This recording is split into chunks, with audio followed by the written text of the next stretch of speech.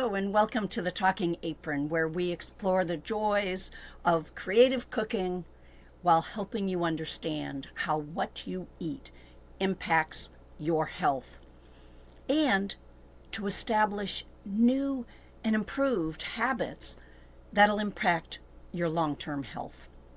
I'm Ann Bernardin, and today we're diving into a topic that's sure to make you smile and to have your taste buds kind of dance a little bit. And it is pancakes. It's the simplicity of pancakes, their ability to be made in a big batch and frozen, and the versatility of the kind of pancakes that you want to make.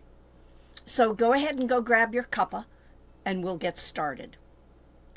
Pancakes can conjure up this thought of Sunday morning family breakfast, drizzled with syrup and enjoyed by the whole family.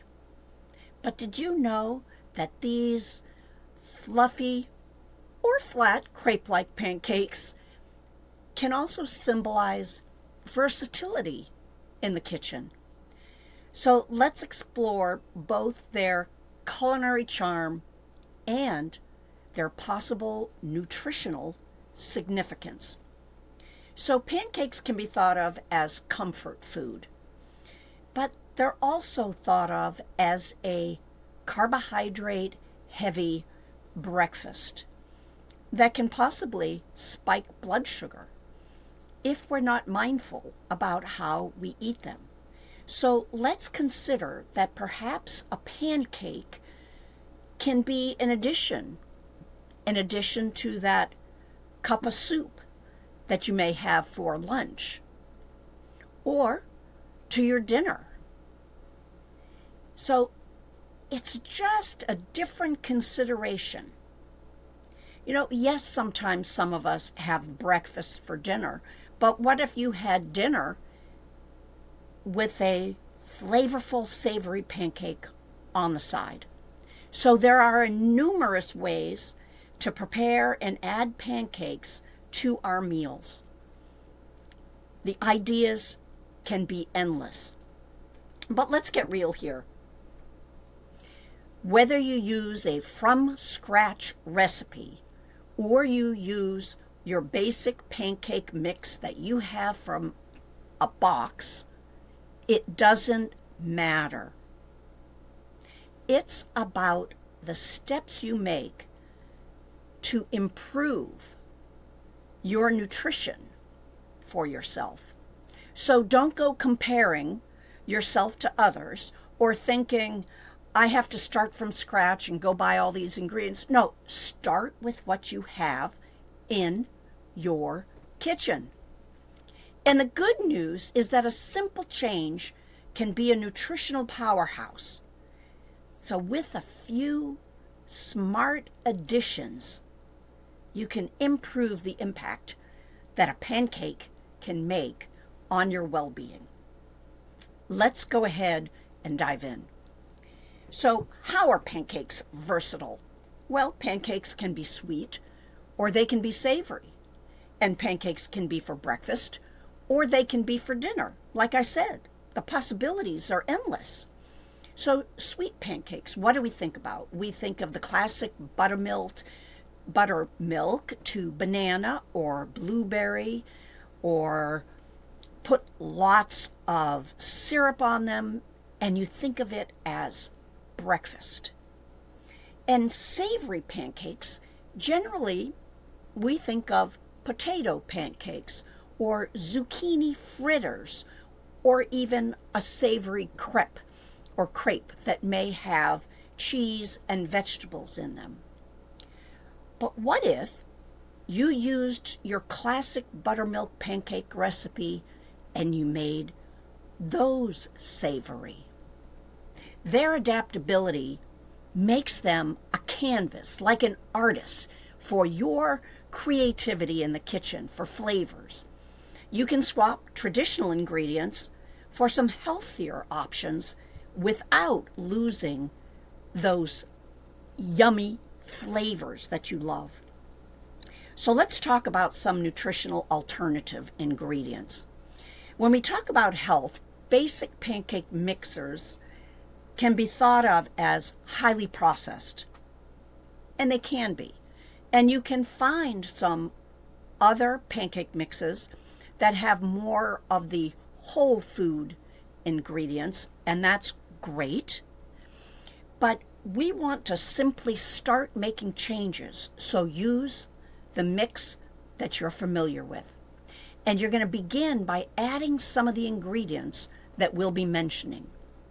Now, when pancakes are often thought of and is viewed as indulgent, what if we can fit them into a balanced diet, especially with those clever swaps?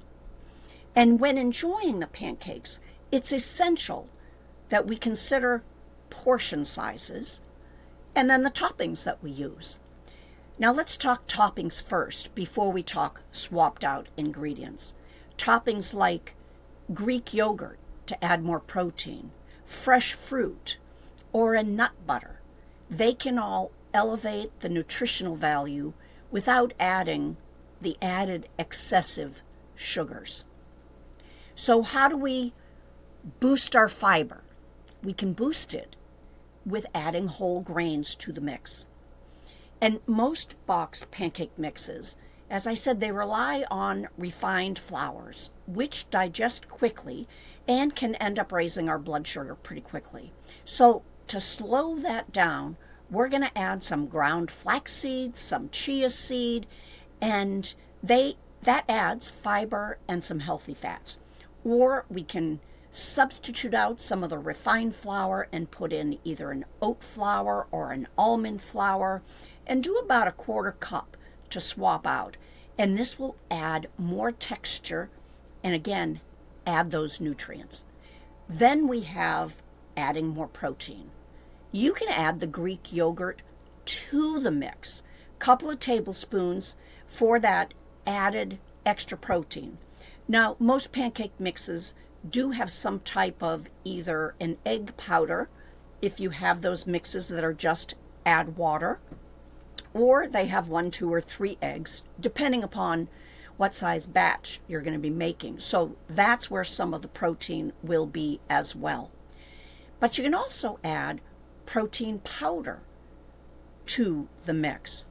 A scoop of either unflavored, or you can use a vanilla to a breakfast, or an unflavored to a savory pancake. And it blends well into the batter, but you've got to remember that a lot of these protein powders are sweetened, either with some type of low carbohydrate sweetener or not. So you want to be really to pay attention to make sure you don't add additional sugar in it to make it way too sweet. And then if you want to just add that 1 extra egg, that'll help with that protein count as well. Now, there's also a way to sneak in some vegetables. Personally, I have a protein powder that is vegetable-based. It's a vegan-based protein powder. Sometimes I have trouble with milk proteins, so the whey protein isn't as good for me.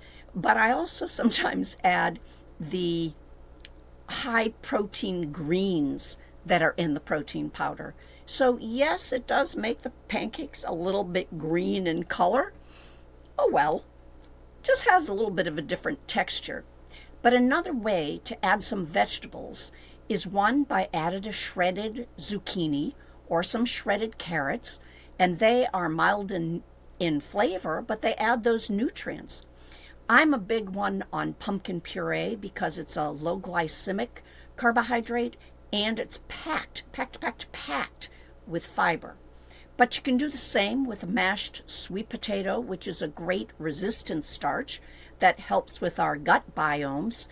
We can add some nuts and some seeds like pumpkins, sunflower, chopped walnuts, pecans, and that adds a little bit more protein, adds plenty of fiber and some really good fats, and it helps us digest a little bit slower.